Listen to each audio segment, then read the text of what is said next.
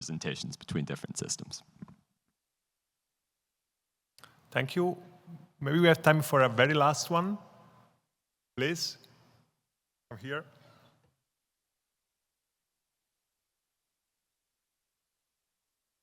Hey, hi. So I had a general question about machine reproduction, specifically what von Neumann said, that biological systems seem to have the ability to create complex systems as they evolve, and that we attribute to evolution. But when a machine dies and sends another set of weights to spawn another machine, it is generally of the same or even worse complexity than what we obtain through distillation. So the machines, when they copy from one hardware to another, either they have the same ability or of worse ability than we obtain through distillation. So is there a way to bridge this gap between biological system and a complex system?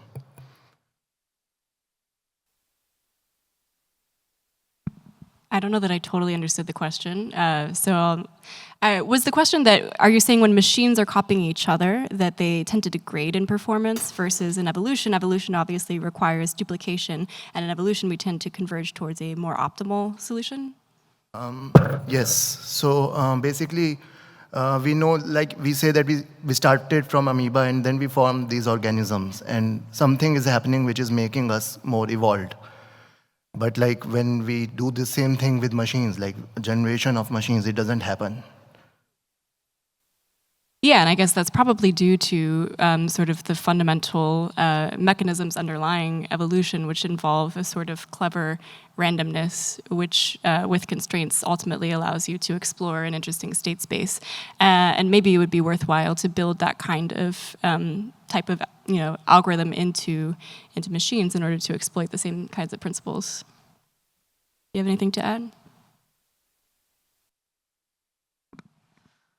I guess I might slightly reject the premise in the sense that I think, when you randomly mutate a biological system, you tend to degrade its fitness somewhat, slightly.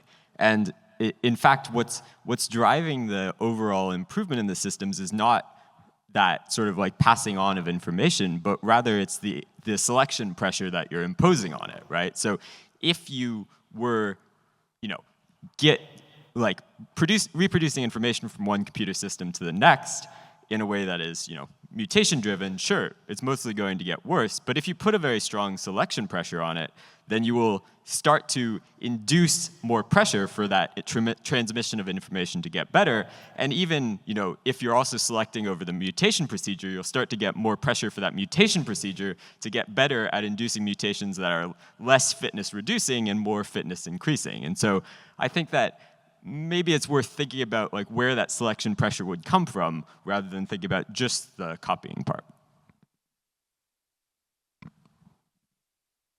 Okay, let's thank our panelists again.